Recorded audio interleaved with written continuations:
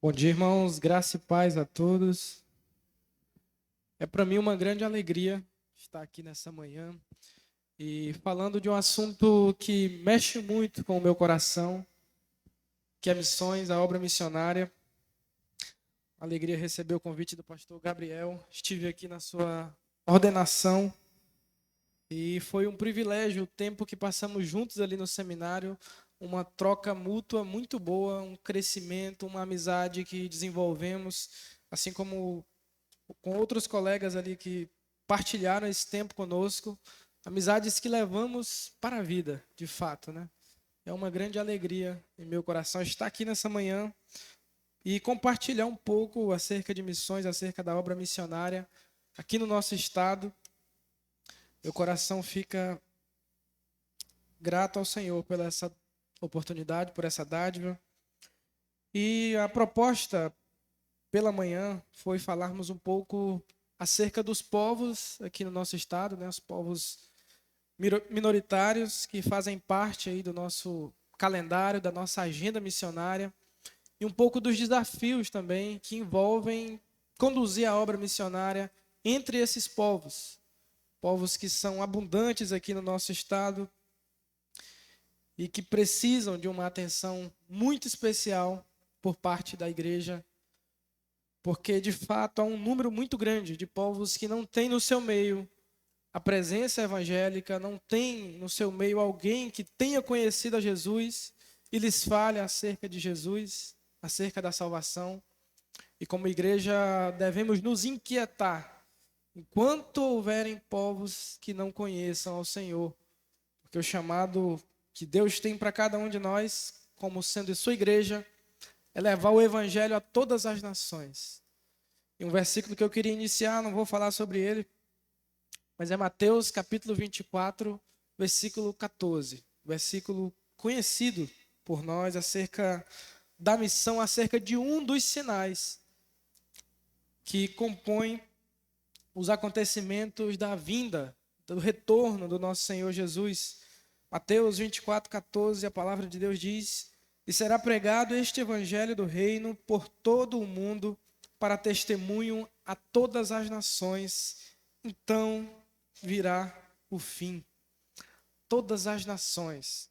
A palavra traduzida por nações aqui é etne no grego, etnia na nossa língua portuguesa, e que não se diz a respeito a uma nação política organizada, mas sim a um grupo de pessoas que ali no seu meio tem o seu próprio modo de vida, tem a sua língua, tem a sua cultura. Ali está uma nação que precisa ser alcançada pelo evangelho também. E aqui está um dos sinais que temos que asseguram acerca da volta do nosso Senhor. O anúncio do evangelho a todas as nações. Que todos os povos conheçam, tenham ouvido falar acerca de Jesus, acerca do Salvador. E o nosso estado é campeão, um dos estados que possui a maior quantidade de povos minoritários, povos originários, como alguns chamam também. Dentre esses se destacam os quilombolas, os ribeirinhos e os indígenas, que fazem parte da nossa realidade, estão perto de nós, bem perto mesmo. E às vezes parece que não existem na nossa agenda, né? Focamos aqui, a missão deve ser feita aqui também, mas não devemos de deixar de fazê-la lá. Simultaneamente devemos cumprir a missão anunciando o evangelho a todos os povos, para que todos creiam no Senhor.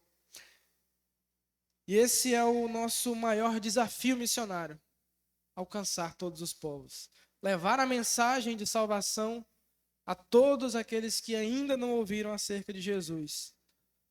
Plantar no meio desse povo igrejas bíblicas, fiéis à palavra de Deus, para que ali possa existir uma comunidade de santos, de crentes no Senhor Jesus.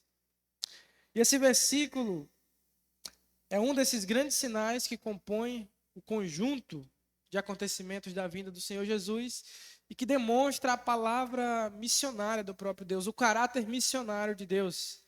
Isso sabemos muito bem que Deus é um Deus missionário, a missão começa em Deus. É Deus que chama ali em Gênesis 12 Abraão da sua terra, da sua parentela, para ir a um novo lugar que Deus iria lhe mostrar, para que através de Abraão, todas as famílias da terra, todos os povos da terra fossem abençoados, fossem alcançados. E ao longo da história vemos essa preocupação de Deus com os outros povos. Que todos os povos te louvem, diz o salmista, em muitos salmos.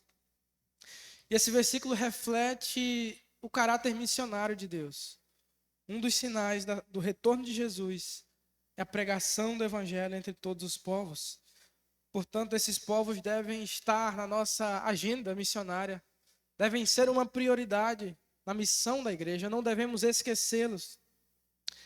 E eu tive, desde que cheguei, a grata alegria de também poder trabalhar entre alguns desses povos. Trabalhei ali 4 anos em Angapi, interior de Angapi, em uma comunidade quilombola. Ali tem uma igreja já, nós fomos escavocar um pouco da história, temos uma igreja ali centenária, mais de 100 anos de existência. Foi fundada essa igreja, encontramos documentos que registram isso no interior. Entra em Castanhal, passa pela cidade de Angapi e uma das inúmeras comunidades que existem lá. Ali tem uma igreja, ali foi alvo de missões há muitos anos atrás. Tem aí um rastro do nosso precursor do evangelho na perspectiva batista aqui no estado do Pará, aquele que trouxe a denominação batista aqui para o estado do Pará, que foi Eurico Nelson, que há mais de 100 anos chegou aqui nesse estado no final de 1897, chegou aqui no estado do Pará, missionário sueco, com um desejo no coração de alcançar o povo aqui, aqueles que não conheciam Jesus ainda, levá-los ao conhecimento do Senhor. E a sua obra missionária se espalhou não só pelo estado do Pará, mas pelo estado do Nordeste também, estado do Ceará, perdão, alguns estados ali do Nordeste. Ele foi o precursor da mensagem do Evangelho em muitas localidades. E chegou aí lá no interior de Angapi, a primeira igreja batista em Castanhal foi fundada por ele, a primeira igreja batista do Pará foi iniciada por ele, organizada em 1911. E somos frutos. Agora há pouco o pastor Gabriel citou o exemplo daqueles que desbravaram aqui o Brasil, trazendo o Evangelho, e temos muitos exemplos de perseverança, de dedicação, de renúncia, para que hoje pudéssemos estar aqui muito bem, com o Evangelho no coração, com a palavra de Deus traduzida na nossa língua, e somos chamados a continuar esse legado missionário. Jamais devemos esquecer as nossas origens, como fomos alcançados, porque um dia alguém decidiu atender o chamado de Deus, decidiu obedecer, ir para um lugar difícil, um lugar totalmente diferente, se doar por causa de um povo, para que esses povos conhecessem a Jesus. Então esse legado bíblico deve ser continuado. A igreja de hoje é chamada para ir aonde os nossos antepassados não conseguiram chegar. Esse é o nosso tempo, é a nossa geração, a nossa vez de continuar alargando aí os caminhos acerca da obra missionária. E foi um tempo de muito aprendizado ali trabalhando entre os quilombolas e simultaneamente também tive a oportunidade de servir durante esses anos entre os ribeirinhos aqui do nosso estado, ali no interior de Santo Antônio do Tauá, as comunidades ali do interior, e também no Marajó. Tive muitas viagens para o Marajó. E cada cultura traz as suas particularidades, cada povo é único no seu modo de vida, no seu modo de desenvolver ali um grupo social. Cada um tem desafios específicos para a obra missionária. E eu queria trazer alguns dados acerca desses povos, acerca da quantidade desses povos, uma quantidade estimada desses povos que nós temos aqui no nosso estado. O primeiro deles são os quilombolas. De acordo com o último censo do IBGE 2022, no Pará existem cerca de 125 áreas remanescentes de quilombos. De acordo com o IBGE, são 516 localidades, 516 comunidades que foram alcançadas ali pelo censo, mas tem uma quantidade bem grande ainda que não foi alcançada. Então, um pequeno número dessas comunidades catalogadas. Uma população que gira em torno de 135 mil pessoas. Aqui entra o grupo dos quilombolas, descendentes aí dos escravos africanos, grande parte deles, e que habitaram no Brasil, se acostumaram, se desenvolveram seu modo de vida, de existência aqui no nosso país, e que são povos que precisam do Evangelho. Muitos foram alcançados pelo Evangelho, muitas comunidades têm no seu meio ali a presença de uma igreja evangélica, mas uma grande parte ainda não tem. Não tem no seu meio um local que possam se reunir para viver em comunhão, para compartilhar o Evangelho, para expandirem a missão do Senhor. E um desses segundos povos também que são abundantes aqui no nosso estado são os ribeirinhos. Temos alguns dados também do censo do IBGE, com uma população com cerca de 234 mil famílias mapeadas. Não são 234 mil pessoas, mas núcleos familiares. 234 mil famílias que foram mapeadas até 2018. Mas não temos um número específico das comunidades. E é interessante, quando nós chegamos em alguma dessas grandes cidades do Marajó, e entramos um pouco mais, descemos algum rio daquele, não tem fim. Praticamente não tem fim. O número de comunidades que a gente tem isoladas, às vezes tem só uma entrada que passa só uma rabeta, e ali você entra e tem uma grande comunidade, tem muita gente morando ali, um núcleo familiar muito grande. É comum entre ribeirinhos, quilombolas, eles concentrarem a família assim, em volta ali do patriarca, da matriarca, e ali estão os matriarcas, e em volta estão os filhos, as casas dos filhos, bem próximos ao núcleo maior, né? E ali, como eles crescem rápido, ali já tem uma comunidade formada, e assim por diante. Eu estive mais recente em Jacundá, interior, no Rio Jacundá, na verdade, interior de Bagre, a cidade de Bagre, uma das cidades do Marajó, que é algumas cidades têm acesso à terra que liga a outras cidades. Bagre fica isolada, é apenas uma ilha, mas é uma grande cidade em número populacional. E de lá, Belém para lá, gastamos cerca de 12 horas de viagem de barco. Chegando lá, fomos para o interior do Rio Jacundá, subindo o rio. Mais umas 3 horas de lancha rápida. Um barco maior, esse número se multiplica. E chegando ali, encontramos muitas comunidades, tinha algumas igrejas já organizadas, mas muitas comunidades ainda sem nenhum trabalho evangélico no seu meio, sem nada de evangélicos. Essas comunidades mais próximas têm o contato com a mensagem do evangelho, ouvem falar acerca do evangelho, mas não têm em seu meio um local que eles possam buscar ajuda espiritual, que eles possam ir e conhecer Jesus e ter alguém ali que lhes fale, que lhes explique acerca de Jesus, que na palavra mostre quem é Jesus. Não há em muitas dessas localidades. E subindo o rio mais ainda, tem comunidades praticamente isoladas, que vivem ali, que não saem daquele lugar para ir para uma cidade maior. É uma região muito carente também de tudo que a gente tem aqui como básico. Saneamento, saúde, educação, é precário. Entre essas cidades está a cidade de Melgaço, que por muitos anos foi a cidade com o pior IDH do Brasil. Cidade de Melgaço. E cerca de 4 anos atrás, nossa denominação conseguiu mandar um missionário para lá, sustentá-lo. Ele ainda está até hoje desenvolvendo um trabalho naquela região, mas é algo muito desafiador, o trabalho na região do Marajó. E entramos em assuntos difíceis também, em se falando acerca de tráfico humano, abuso, exploração de crianças muito cedo. É uma realidade terrível, que acontece no dia a dia. Para quem vive ali, parece que já é algo natural. Mas acontece muito. Só o que pode mudar essa realidade é o Evangelho do Senhor Jesus, trazendo transformação, trazendo vida nova. transformando mente, corações, realidades, perspectivas. Só o Evangelho. Projetos sociais, sejam eles de onde vierem, não vão mudar essa realidade. Podem melhorar um pouco o modo de vida das pessoas ali, mas não muda a realidade do coração.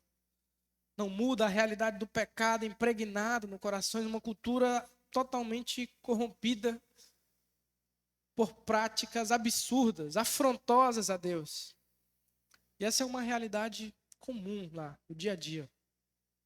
Meninas com 10, 11 anos de idade se tornando mães. E assim continua. Tem o primeiro filho e continua. Você encontra mulheres já com seus 18 anos, com 4 filhos e grávida ainda. De uma forma assim muito vulnerável. Não é algo bom, organizado. Não, está aqui ela, está aqui o marido dela, está casada, estão construindo uma família, está tudo bem. Não, não é assim. Às vezes cada filho é de um pai diferente e vivem sem nenhuma estrutura. E aquelas crianças ficam vulneráveis, muito vulneráveis. Então é um desafio muito grande e por isso devemos ter esse senso de urgência da missão. A obra missionária, o chamado de Jesus para a obra missionária é um chamado urgente. Não há tempo para sentar e se planejar e quem sabe um dia dar certo de irmos lá. Precisamos, nesses momentos, ter ousadia. E ir, obedecer o chamado de Deus e ir. Deus vai prover aquilo que for necessário para o desenvolvimento da missão, da obra naquele lugar. Deus supre. Deus chama, Deus supre tudo aquilo que é necessário para que a missão seja feita. Como igreja, precisamos dessa ousadia para alcançar esses povos. E os povos ribeirinhos, nós temos uma quantidade muito grande no nosso estado. Em terceiro lugar, não por ordem de tamanho ou prioridade, os povos indígenas. Somos um estado também com alto índice, a região norte é a região que mais concentra a quantidade de aldeias indígenas, a quantidade de populações. No estado do Pará existem 869 localidades indígenas, de acordo com o censo de 2022, que também aponta que o estado possui mais de 55 etnias. Então, cada etnia com uma língua específica, com uma cultura específica, e dentro de cada etnia nós temos várias aldeias, várias comunidades espalhadas ao longo do estado. Cerca de 60 mil indígenas distribuídos em aproximadamente 77 terras indígenas em 52 municípios do nosso estado, cobrindo mais de 25% do território paraense. E eles falam cerca de 30 línguas distintas, 30 línguas diferentes. E aqui entra um outro desafio missionário. Tem a questão missionária de alcançar o povo. Aí dentro disso ainda tem a tradução da Bíblia para esses povos, que é um grande desafio. De mão de obra, de pessoas preparadas para isso, pessoas dispostas a irem. Porque não é só ir lá e voltar, é viver lá no meio do povo de fato. Conhecer a cultura, conhecer o dia a dia, aprender a língua, que não é nada fácil. Transcrever, tornar essa língua visível, ensinar isso ao povo e traduzir a Bíblia na língua desse povo é um desafio muito grande. Em cada etnia dessa, nós temos pouquíssimas etnias com a Bíblia completa e temos mais algumas com porções bíblicas. Eu tenho um exemplar da Bíblia na língua Guajajara, foi traduzida pelo missionário Carlos Harrison, ali em Barra do Corda, Maranhão. Tem uma base missionária. Esse missionário viveu a sua vida ali entre aquele povo e conseguiu traduzir a Bíblia completa na língua Guajajara. Uma grande vitória, mas ainda há muito, muito, muito a ser feito. Recentemente no meu estado, o estado do Tocantins, foi entregue o Pentateuco na língua xerente, uma etnia forte também lá na região. E foi uma alegria muito grande, uma linda festa de comemoração, muitos indígenas ali reunidos para receber uma porção da palavra na sua língua, no seu idioma. E é um trabalho necessário. O pastor Leonel, o Gabriel destacou agora há pouco, o pastor Gabriel destacou, um grande missionário, um grande missiólogo no nosso meio, serviu muitos anos entre os povos indígenas, antropólogo também, e ele estudava muito a etnologia, línguas, tudo isso. E uma frase dele interessante, que ele sempre me dizia: não é suficiente a gente apenas ensinar o português, ensinar uma outra língua para o indígena e tentar falar naquela língua. Ele dizia: a língua materna é a língua que fala ao coração. É na nossa língua que a gente absorve com mais facilidade aquilo que nos é ensinado. E a palavra de Deus é na nossa língua. Missionário, esqueci o nome do missionário, mas é o fundador de uma das missões de tradução bíblica, acho que é da missão Wycliffe, John Wycliffe. Certo dia ele se deparou com a seguinte realidade: entre um povo ali conhecendo a realidade, a cultura daquele povo, pregando o evangelho para aquele povo, e alguns receberam o evangelho, mas não tinham a Bíblia na sua língua. E essa pessoa então perguntou para ele: se esse Deus, seu Deus é tão grande, por que nós não temos a Bíblia na nossa língua? E aquilo mexeu com ele, e a partir daquele momento ele se doou àquele propósito de traduzir a Bíblia para outras línguas, e em específico para aquela língua, e ali nasce a missão Wycliffe de tradução bíblica. Uma das missões muito importantes também no nosso meio. Então é uma realidade muito alarmante a quantidade de povos que não tem no seu meio a palavra de Deus traduzida, uma porção da palavra de Deus traduzida na sua língua. É muito bom, irmãos, para nós talvez nem faça muito sentido, porque nós temos aqui, podemos escolher a tradução que a gente quer, a melhor tradução, a melhor Bíblia, da melhor maneira, a melhor capa, a Bíblia de estudo, tudo que a gente quiser a gente tem na nossa língua. Aí está muito tranquilo, está muito confortável. Às vezes a gente não para pensar na realidade daqueles que estão recebendo o Evangelho agora, que não tem uma folha da Bíblia na sua língua. É algo que deve despertar em nós o senso de inquietação, de urgência da obra missionária, que é uma das prioridades, alcançar todos os povos. O pastor Leonel citava algumas situações ocorridas no campo, e uma delas que mexeu muito comigo foi de uma aldeia que ele foi visitar. Ele era presidente da MEIB, não sei quantos aqui conhecem a MEIB, atualmente presidida pelo pastor Gilson. O pastor Leonel foi diretor durante 2 mandatos, e ele andava muito no campo, visitando as aldeias, dando suporte aos missionários. E um dia ele chegou numa aldeia, a aldeia Porquinhos, do interior do Maranhão, povo Guajajara.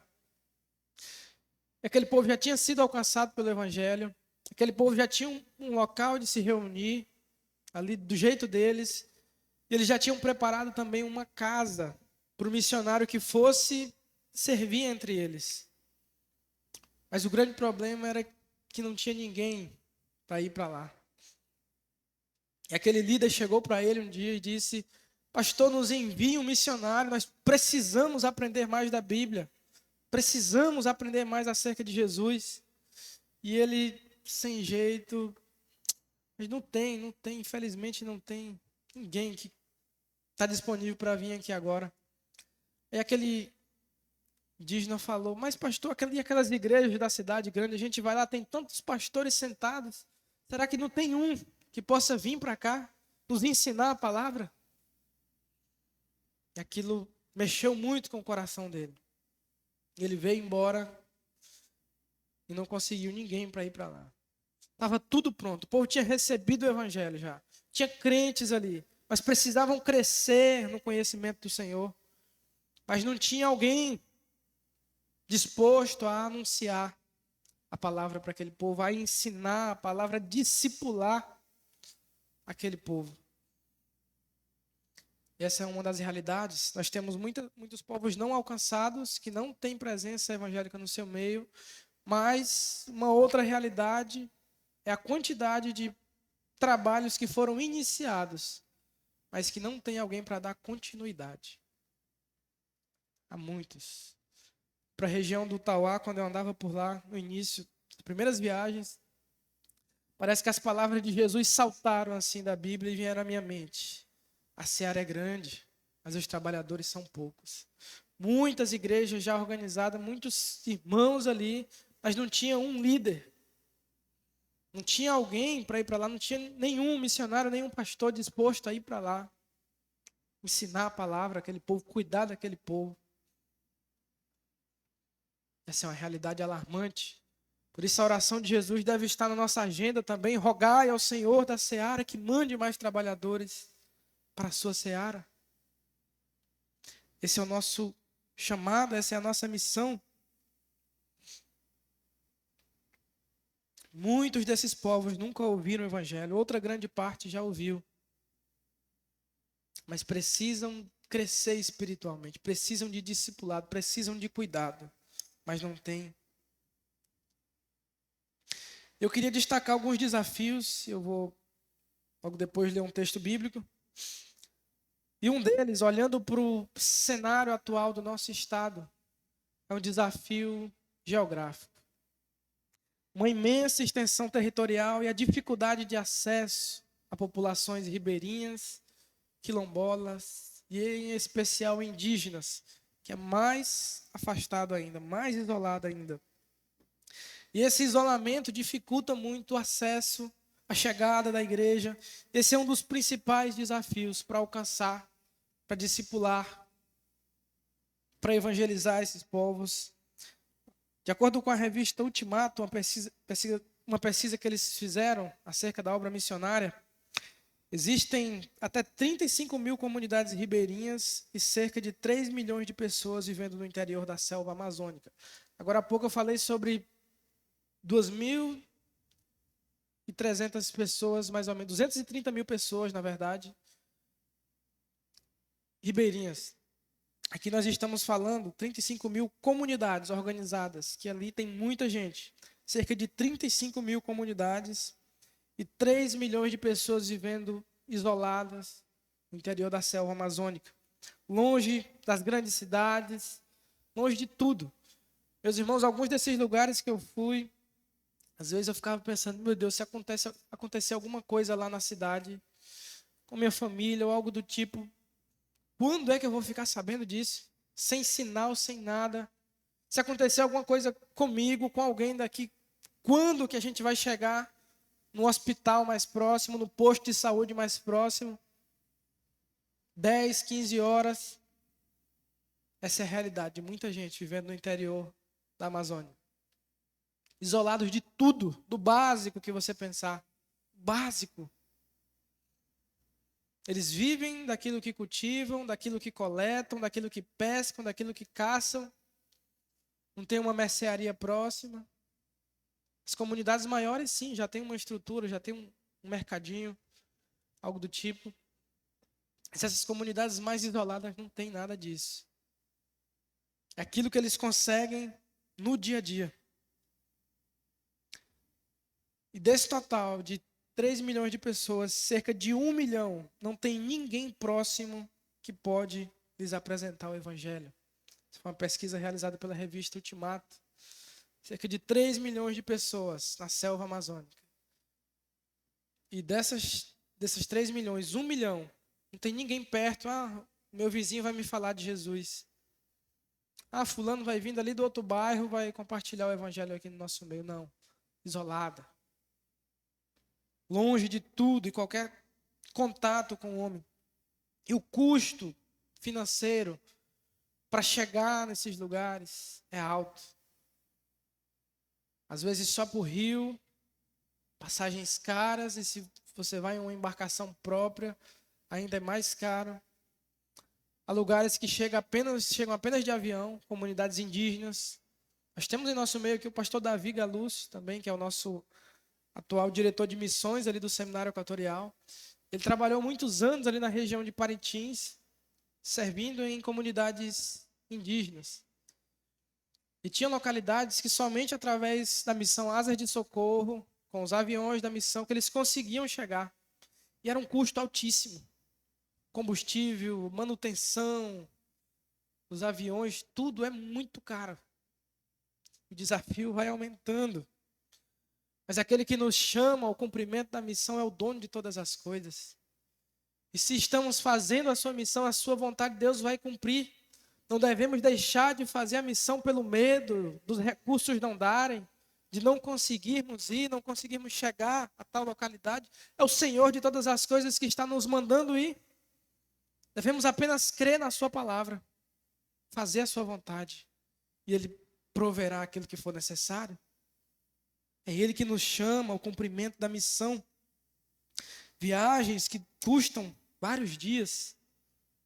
Tem localidades. E às vezes deslocar a família para esses lugares é um desafio. Um pai, uma mãe que vai, missionários, mas pensam nos filhos e a escola dos filhos. Os filhos vão crescendo, precisam estudar. Como fica?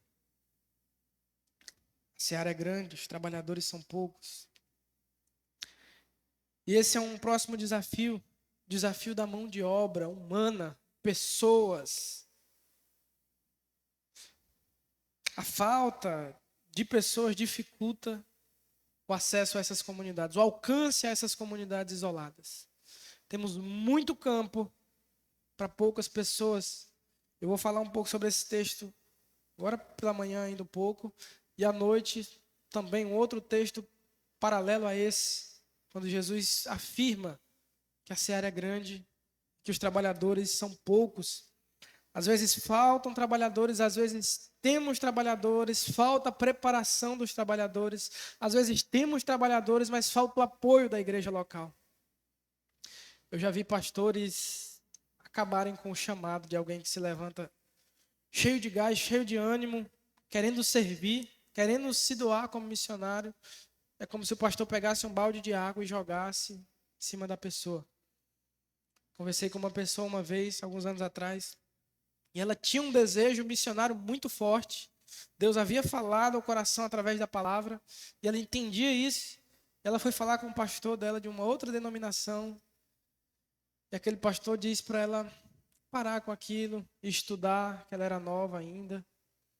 E ali enterrou um chamado, enterrou um talento, enterrou um dom. Há igrejas que infelizmente fazem isso, por falta de visão. Apagam a chama da vocação daqueles que se despertam no seu meio. E os missionários vão sair daqui, irmãos. É da igreja local que saem missionários, que saem pastores. Não caem dos céus. É no dia a dia da igreja local que os dons e os talentos são manifestos, que as vocações são despertadas, que Deus levanta homens e mulheres para o cumprimento da sua missão. A igreja toda é chamada para o cumprimento da missão. Todos temos a nossa parte em missões, mas há aqueles específicos, com chamados para irem para locais específicos, ministérios específicos. E é aqui, no nosso meio, no nosso dia a dia, que essas pessoas se levantam, que Deus levanta essas vocações. Mas há um desafio muito grande de preparação. Há um desafio na própria mão de obra. Uma certa vez perguntaram para Spurgeon qual era o problema da obra, da missão. E ele disse: são os obreiros, são os trabalhadores. Porque muitos, ao invés de ajudarem no cumprimento da missão, atrapalham o bom desenvolvimento da obra. Lembro de uma palavra certa vez que o pastor Leonel falou. Ele diz: o meu sonho era ter ido em uma aldeia porque o missionário foi perseguido, porque o missionário tinha levado uma flechada do índio. Mas a maioria das vezes que eu fui em aldeias foi para resolver problema de relacionamento entre missionários.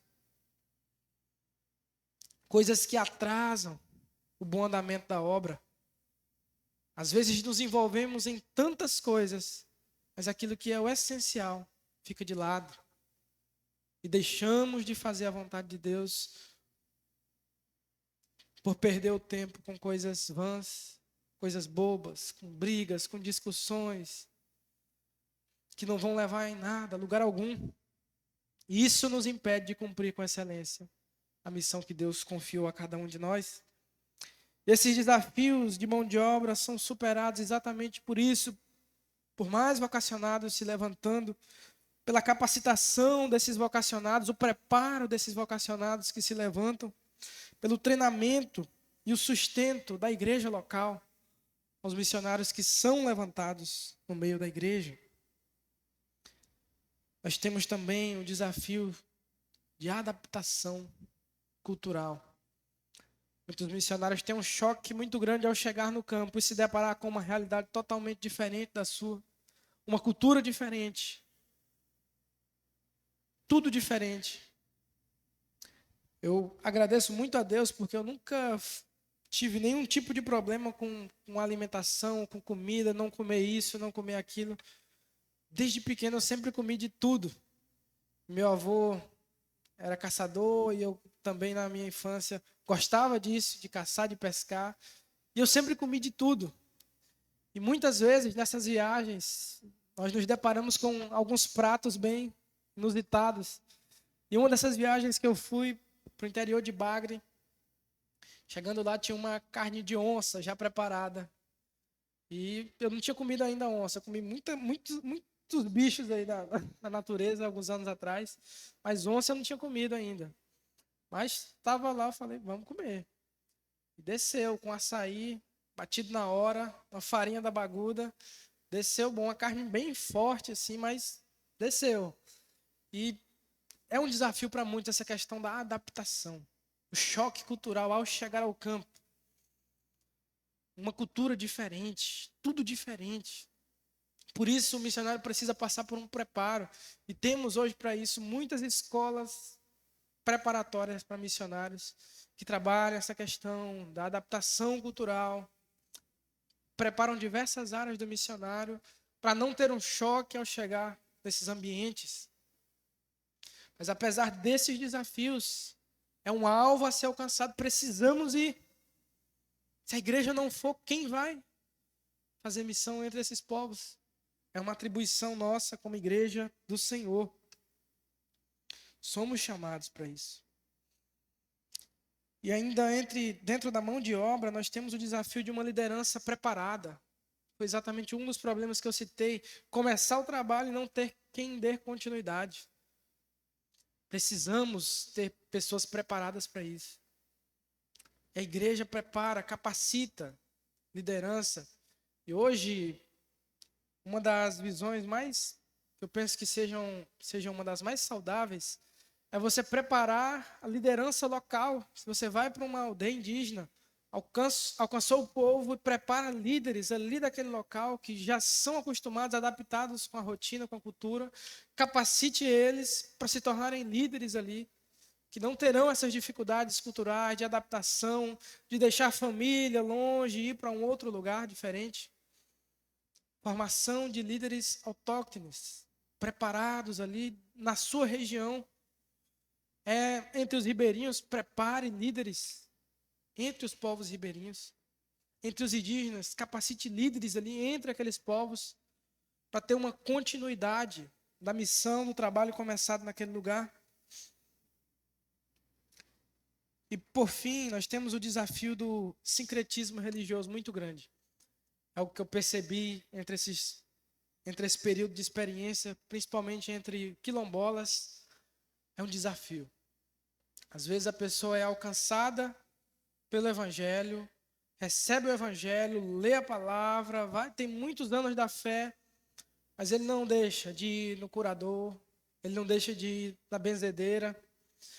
Então há uma mistura ainda de todas essas crenças antigas, daquilo que ele já vivia antes, e que ainda não está 100% alinhado com Deus. Ainda conserva no seu meio muitas dessas práticas. Muito disso. Onde eu estava em Angapi, é muito forte isso.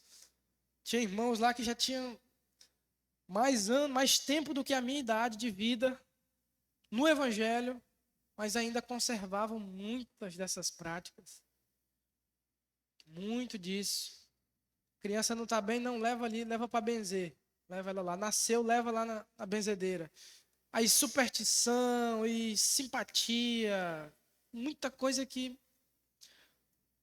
foge do padrão bíblico. O que fazer nesses momentos? Se revoltar e ficar com raiva, e não é assim. A pregação contínua da palavra, do evangelho, constante, o ensinamento claro acerca do que é o evangelho, vai tratando isso, vai tirando isso, vai alinhando a visão com uma visão bíblica, com uma visão firmada na palavra, sem esses amuletos. Então, mas é um grande desafio fazer com que eles creiam só em Jesus, mantenham os olhos em Jesus, na palavra, e deixem essas práticas de lado. É com o tempo, na pregação da palavra, no ensino fiel da palavra, que esses pensamentos vão sendo modelados. Em muitas comunidades esse é um grande desafio. O abandono das práticas religiosas, supersticiosas, pagelança, macumbaria, tudo isso é um desafio muito grande. Muitos têm a dificuldade de discernir o evangelho, de entender bem o evangelho, o que é o evangelho. E o missionário, para não incorrer em alguns erros, ele precisa conhecer bem a cultura, conhecer bem o povo, conhecer bem a realidade daquele local, para evitar interpretações erradas. Tem gente que já vai pelo outro oposto. Ele, não, isso aí está tudo bem, dá para conciliar com o evangelho. Mas não está tudo bem. Tem práticas que são culturais, que ok, coisa que não fere nenhum princípio bíblico. Questão indígena, por exemplo. Tem muitas danças, pinturas, que são algo cultural. Cultural, não tem a ver com nada religioso. Então não tem por que eu chegar lá e não, para com isso, não vão se pintar mais, não vão ter os momentos culturais de vocês. Não posso fazer isso também. Mas, agora aquilo que está direto com o evangelho, que tem a ver com questões espirituais, com outras crenças, ao longo do tempo isso vai sendo ensinado. O pensamento vai sendo melhorado dia após dia. E é com o tempo que eles vão entendendo de fato essa mensagem,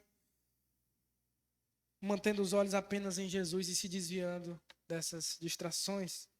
Nesses casos, somente uma apresentação fiel da palavra pode mudar a realidade da igreja local, da revitalização de igrejas também. É um dos temas trabalhados. Começar, mas tem muitas igrejas que precisam ser revitalizadas, plantadas, e esse é o nosso desafio.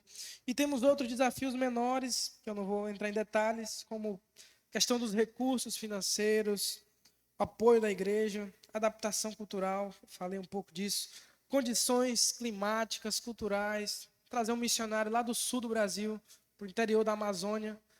Esse é um desafio para ele se adaptar. Ele vai se adaptar. Pode não se adaptar também, né? Mas é um desafio. Por isso precisamos formar pessoas aqui do nosso meio, do nosso estado, da nossa realidade, que estão acostumadas com o modo de vida do local que estamos inseridos, com a alimentação, com o clima, tudo isso. As políticas públicas são bem precárias também, todos esses lugares, saúde, educação, segurança, esquece, não tem nada disso. Acontece alguma coisa, fica por ali mesmo. Fulano matou um outro ali, acabou, vai enterrar. Ah, vou lá na delegacia da parte, vou chamar a polícia para vir te buscar. Esquece. Aí alguns da própria família vão e vingam a morte daquela pessoa. Aí cria um ciclo terrível. Isso é muito comum entre os povos indígenas, principalmente. Tem um filme muito bom, não sei se alguém daqui já assistiu, Terra Selvagem. Esse filme traz um resumo da missão que aconteceu em 1956 entre os povos indígenas ali da região do Equador, onde 5 missionários americanos foram mortos brutalmente na tentativa de anunciar o evangelho a uma tribo isolada ali na região do Equador. Uma história muito linda, muito impactante. Assista esse filme depois, está no YouTube, Terra Selvagem. Muito impactante, mexe com o nosso coração acerca da obra missionária, acerca da urgência da missão. Esses missionários todos jovens se doaram em prol dessa missão, em prol desse propósito de alcançar esses indígenas, Alguns deles trabalhavam entre outros povos ali próximos, mas havia um povo isolado, que sempre as notícias que vinham de lá não eram boas. Sempre que o homem branco tentava algum contato, não era nada amigável.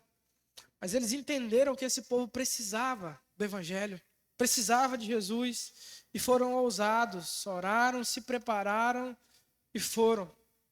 Tiveram um contato de início amigável, mas no outro dia vieram, acho que por um erro de comunicação, vieram muitos indígenas e mataram aqueles 5 missionários com lanças, com flechadas. E Deus é tão grandioso no seu agir, nós vemos que nada foge do propósito, dos desígnios de Deus. Cerca de 2 anos depois, a esposa de um daqueles missionários que foram mortos, Elizabeth Elliot, deve ter ouvido esse nome já, esposa do Jim Elliot, um dos missionários mortos, e a Rachel Saint, esposa do Nate Saint, que era o piloto daquele pequeno avião, voltaram naquela aldeia. Eles voltaram logo depois, mas cerca de 2 anos, eles estavam ali entre aquele povo, aqueles indígenas que tinham matado os seus maridos, os seus familiares, voltaram para anunciar o evangelho para aquele povo. Tiveram contato ali com as mulheres e foram recebidas no meio da aldeia, foram recebidas ali e começaram a pregar o evangelho, e para a glória de Deus, aquele povo se converte a Jesus. E ali nasce uma igreja forte, uma igreja bíblica, uma igreja missionária, que continua com esse trabalho de expansão do evangelho depois de todos esses acontecidos.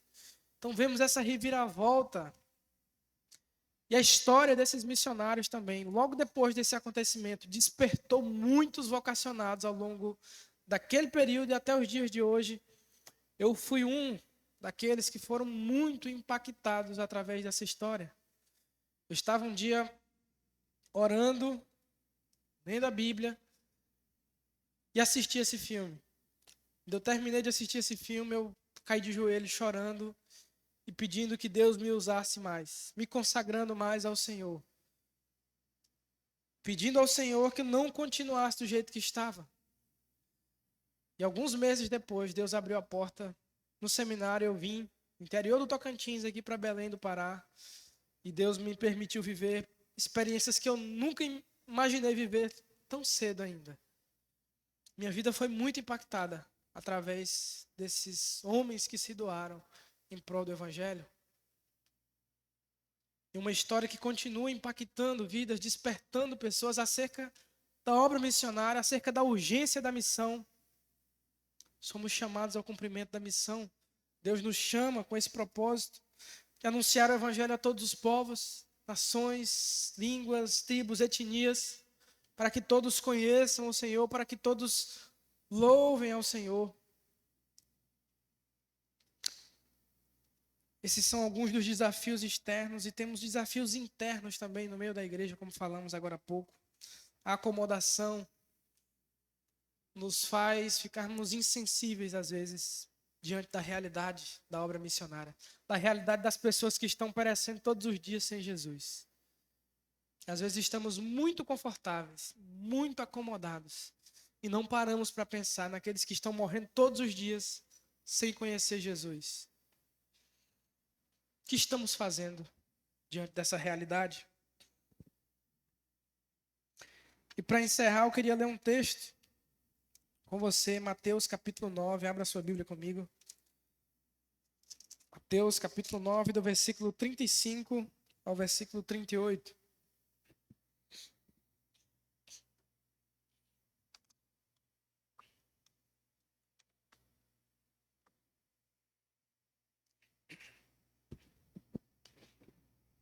Mateus capítulo 9, versículo 35.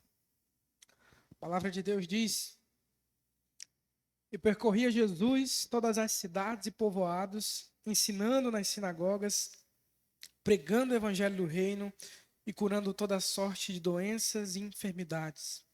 Vendo ele as multidões, compadeceu-se delas, porque estavam aflitas e exaustas, como ovelhas que não têm pastor. Então se dirigiu aos seus discípulos: A seara, na verdade, é grande, mas os trabalhadores são poucos. Rogai, pois, ao Senhor da seara que mande trabalhadores para a sua seara. Amém. Se você quiser permanecer com a sua Bíblia aberta, vamos passar rapidamente por esse texto. Esse texto mostra o exemplo missionário de Jesus no cumprimento da missão.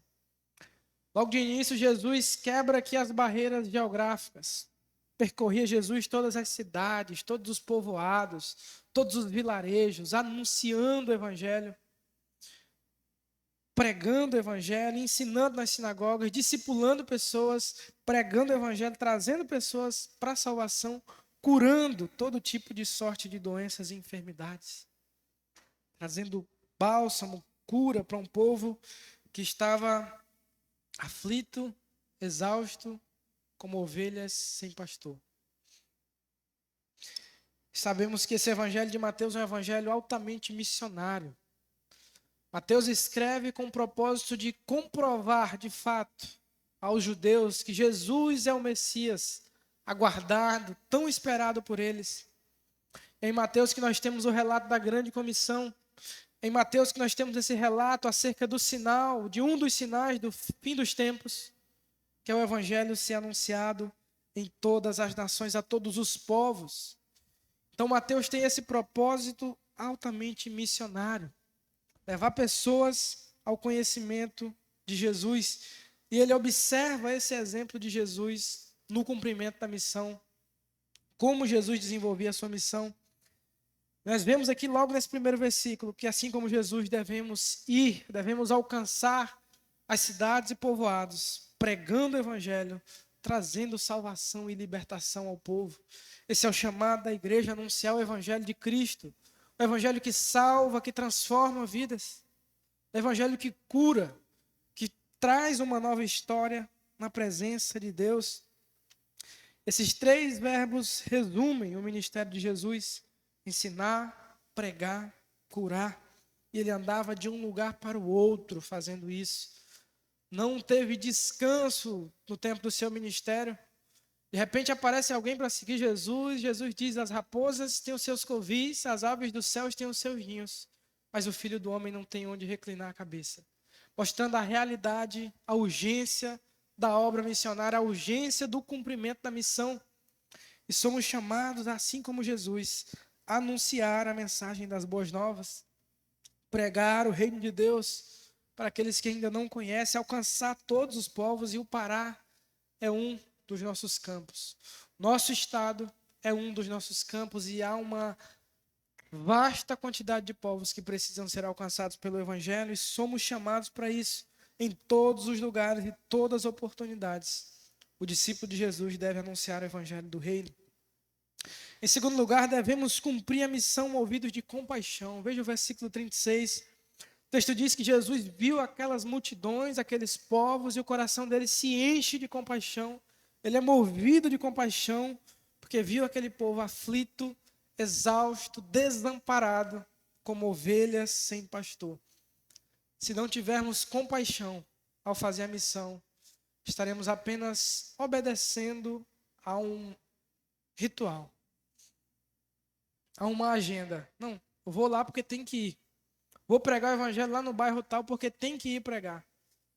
Nosso coração deve ser movido por compaixão, assim como Jesus. Devemos se compadecer daqueles que estão perdidos, necessitando da graça de Deus, sem salvação, sem Deus nesse mundo, vivendo os seus próprios prazeres e pecados, caminhando a passos largos para o inferno. Precisamos ter compaixão dessas pessoas. Então, anunciar a mensagem do reino de Deus. O povo estava abandonado pelos líderes religiosos da época, que eram chamados a cuidar do povo, a direcionar o povo por bons caminhos. Eles haviam perdido o foco há muito tempo. Estavam focados em si mesmo, em se promoverem. E Jesus vê aquele povo desamparado por aqueles que deveriam estar cuidando deles. Jesus se apresenta aqui como bom pastor, olhando para um povo sem pastor, ele se compadece. Ele sofre junto com aquelas pessoas. Somos chamados a ter esse sentimento, tentar entender um pouco o que a pessoa está passando, para então anunciar a mensagem de salvação. Assim como Jesus, precisamos demonstrar compaixão para com aqueles que padecem. Malaquias 5,4 predisse que o Messias iria apacentar o seu povo. O povo estava desamparado pelos líderes da época, mas Jesus vem cumprindo uma profecia como o bom pastor, que se importa, que se preocupa, que sente compaixão e se entrega pelo seu povo. E tudo isso ele fez, e ao subir deixou uma missão clara para a igreja, dar continuidade a essa missão, anunciar o evangelho do reino a todas as nações. Em terceiro lugar, devemos reconhecer que a seara é grande, que os trabalhadores são poucos. Versículo 37, as palavras de Jesus. Jesus se dirigiu aos seus discípulos. Ao ver aquela multidão, aquele povo aflito, exausto, desamparado, Jesus olha para os discípulos e diz, realmente, a seara é grande, os trabalhadores são poucos. Há muita gente precisando do evangelho, mas há poucas pessoas dispostas a irem anunciar o evangelho a essas pessoas. Jesus compara aquela multidão com uma grande colheita, que precisaria de um grande número de trabalhadores. Assim é no reino de Deus também. Há uma grande colheita espiritual. E precisamos de mais trabalhadores, mais obreiros para cumprir essa missão, para conseguir colher a seara que está branca, está pronta para a ceifa. Esse é o nosso chamado. Nós iremos nos aprofundar nesse versículo à noite, se Deus assim permitir. Mas essa palavra de Jesus mostra que há muito trabalho a ser feito, mas há pouca mão de obra para fazer aquilo que tem que ser feito. E Jesus leva os seus discípulos a tentarem olhar um pouco para aquela realidade e se compadecerem assim como ele se compadeceu, assim como ele foi tocado diante daquele povo. Diante da necessidade de mais trabalhadores, devemos nos disponibilizar para cumprir a missão, devemos clamar a Deus por mais trabalhadores. Há uma carência de obreiros, de vocacionados, diante da grande missão que temos. Já afirmou o pastor Russell Shedd, para todas as carreiras, há concorrência entre os homens. Há milhares de excedentes procurando vagas nas universidades. Mas para o ministério, a mais sublime e mais urgente de todas as vocações, poucas pessoas se oferecem. Não há uma fila de gente concorrendo ao cargo de missionário lá no interior das comunidades indígenas, ribeirinhas, quilombolas. Não há briga, não há disputa para ir lá para o meio de uma aldeia isolada pregar o evangelho. Não há. Devemos ter consciência de que assim como as grandes plantações exigem um número muito grande de trabalhadores, assim é no reino de Deus também. Diante dessa grande multidão, precisamos de mais trabalhadores, mais obreiros. Essa palavra é um alerta para nós diante da urgência. E por fim, devemos rogar ao Senhor da seara que mande mais trabalhadores para a sua seara. É o versículo 38. Rogai, pois, ao Senhor da seara que mande mais trabalhadores. E rogar não é apenas pedir, Senhor, mande um trabalhador, mande mais trabalhadores. Rogar traz a ideia de insistir, de orar continuamente por algo, por algum motivo, clamar. Esse é o nosso chamado como igreja também. Precisamos orar pelas nossas necessidades diárias como igreja, mas também orar para que Deus mande mais trabalhadores. Precisamos pedir isso constantemente. Deus, em seus decretos, escolheu fazer algumas coisas quando a igreja busca isso. Deus não é limitado a nada nesse mundo. Ele faz o que Ele quer, quando Ele quer, do jeito que Ele quer. Mas alguns desígnios de Deus, algumas coisas Ele assim resolveu fazer, mediante a busca da sua igreja por isso. E a oração por mais trabalhadores é um desses motivos. Jesus queria que aqueles discípulos tivessem o mesmo sentimento que Ele teve, de compaixão, diante daquela multidão. E assim, orassem por mais trabalhadores. E esse é o nosso chamado. A ordem de Jesus deve ser obedecida por cada um de nós. Somos a igreja do Senhor. Somos nós que iremos cumprir a missão. Não é qualquer uma outra agência seja lá qual for, não é o governo, não é o poder público, é a igreja do Senhor, que é sal na terra e luz no mundo, que é chamada para ser e fazer a diferença entre todos os povos, a apresentar a salvação para todos os povos. Que Deus nos abençoe, que Deus nos ajude no cumprimento dessa missão. Muitos desafios, mas aquele que ordenou que a missão deve ser feita, ele provê tudo aquilo que é necessário. Ele sustenta, ele fortalece, ele capacita a sua igreja para cumprir a missão. Baixe sua cabeça, vamos orar nesse momento. Senhor Deus, muito obrigado por esse momento, essa manhã, na tua presença. Obrigado por tudo que o Senhor nos permitiu vivenciar.